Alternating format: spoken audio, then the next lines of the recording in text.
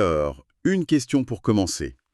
Comment une dactylographe qui gagnait à peine 150 € par semaine a-t-elle pu accumuler plus de 100 000 € en à peine 5 ans? C'est une excellente question. Et une autre, dans le même esprit, quel est le secret pour obtenir une promotion, sans même avoir à la demander? Eh bien, la réponse à ces deux questions, elle se trouve dans une leçon bien précise, la neuvième, d'un livre assez incroyable, Les lois du succès de Napoléon Hill. Absolument. Bienvenue dans notre exploration des sources qui nous ont été partagées. Bonjour. Alors aujourd'hui, on plonge dans un concept qui peut sembler un peu complètement à contre-courant, non? Ah oui, carrément. L'habitude de faire plus que ce pour quoi on est payé. En 2026, ça sonne presque comme une provocation. Ma première réaction, c'est de me dire « Attention, exploitation en vue On est d'accord.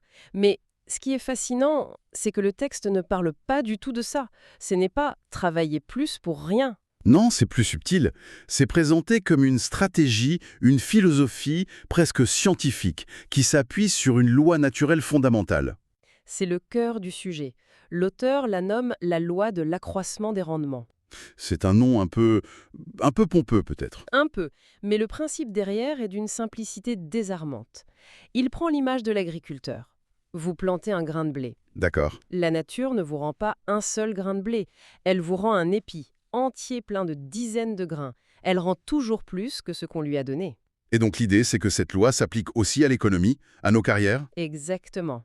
C'est la promesse. D'accord. L'image me parle. Mais pour enclencher cette fameuse loi, par où on commence? Et c'est là que le texte m'a vraiment surpris. Ah oui, Le point de départ, ce n'est pas la discipline, ce n'est pas l'organisation, c'est l'amour. Ça peut sembler un peu perché, non? Pourquoi l'amour du travail est si crucial ici? parce que c'est le carburant. C'est ce qui permet de faire plus sans s'épuiser. L'auteur est très clair là-dessus. C'est-à-dire, Si on n'aime pas ce qu'on fait, le plus devient très vite une corvée, une source de ressentiment.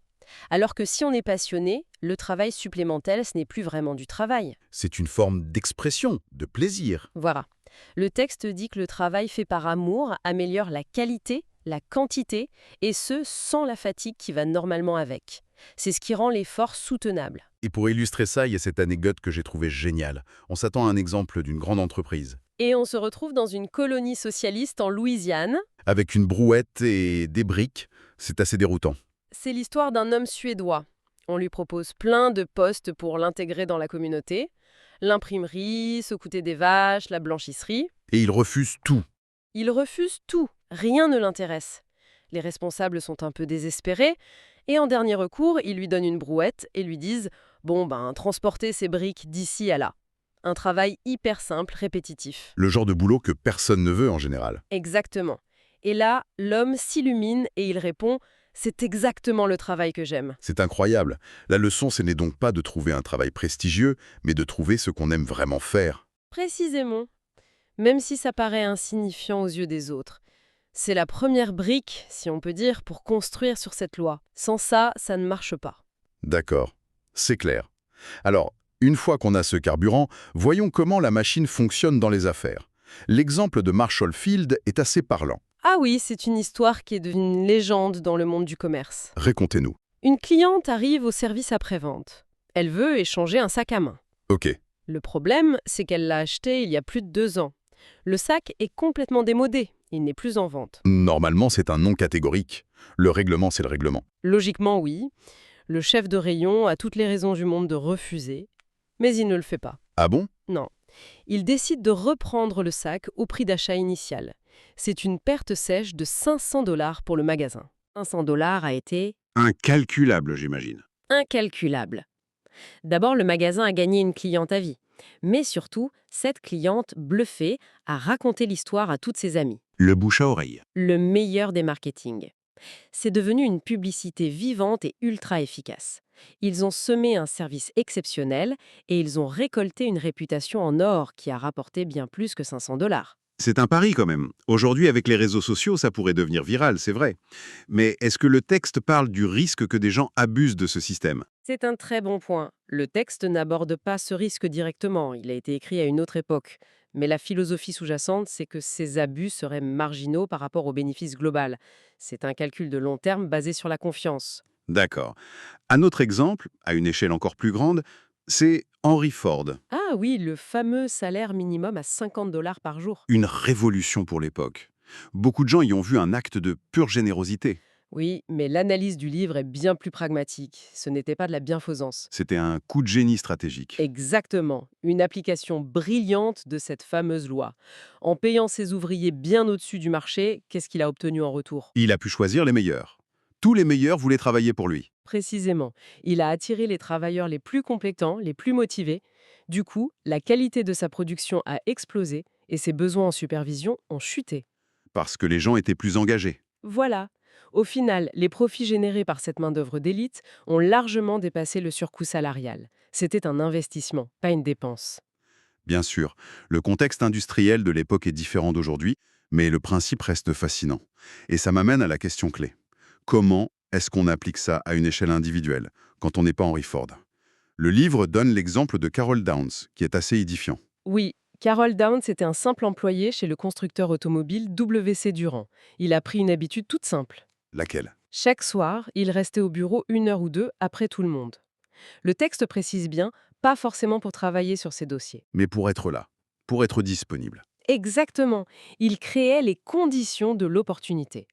Et son patron, Durand, qui travaillait tard, a commencé à le remarquer. Et quand il avait besoin d'un coup de main de dernière minute? Eh bien, qui était là? Carol Downs. Petit à petit, Durand a pris l'habitude de faire appel à lui pour des tâches de plus en plus importantes, bien au-delà de sa fiche de poste. Et ce qui est fou, c'est qu'il n'a jamais rien demandé. Ni augmentation, ni promotion. Jamais. Il n'en a pas eu besoin. En offrant un service de meilleure qualité et en plus grande quantité, il est devenu indispensable aux yeux de la seule personne qui pouvait changer sa carrière. La promotion est devenue une évidence, en fait. C'est ça. Il a fini président d'une des sociétés de Durand. Il n'a pas réclamé l'opportunité, il l'a attirée à lui. C'est une forme de marketing de soi par l'action. L'auteur raconte d'ailleurs une expérience personnelle qui va dans ce sens, avec un avocat. Oui, il raconte qu'un samedi après-midi, il voit cet avocat complètement sous l'eau, en train de boucler un dossier urgent. Spontanément, il lui propose son aide. Et il utilise un mot très fort, Un mot très fort, oui. Il dit que ce serait un privilège de l'aider. un privilège de travailler gratuitement un samedi. Aujourd'hui, ça peut faire grincer des dents, ça sonne un peu servile, non? C'est là que réside toute la psychologie de la démarche. En disant privilège, il change complètement la perspective. Il ne se voit pas comme une victime qui se sacrifie. Mais comme quelqu'un qui saisit une opportunité. Exactement. L'opportunité d'apprendre, de montrer sa valeur, de créer un lien, de semer un grain. Et la suite lui donne raison. Qu'est-ce qui s'est passé? 6 mois plus tard, cet avocat l'a recontacté et lui a offert un poste avec 10 000 € d'augmentation, en lui disant explicitement que c'était en reconnaissance de ce samedi. L'état d'esprit est donc fondamental. D'accord, les exemples sont très convaincants. Mais alors, la question qui tue, si cette loi est si puissante, pourquoi si peu de gens l'appliquent vraiment? Le texte parle d'une montagne à déplacer. Cette montagne, c'est notre besoin quasi instinctif de récompense immédiate. C'est cette petite voix dans la tête qui dit Je ne suis pas payé pour faire ça. « Voilà ».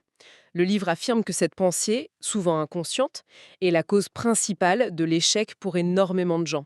Elle sabote tout le processus avant même qu'il ne commence. Mais est-ce que ce n'est pas aussi une question de survie, parfois? On peut comprendre que quelqu'un qui a du mal à finir le mois ait du mal à se projeter sur un retour hypothétique dans 6 mois. C'est un point absolument crucial et une critique légitime. Le texte n'aborde pas frontalement cette question de la précarité.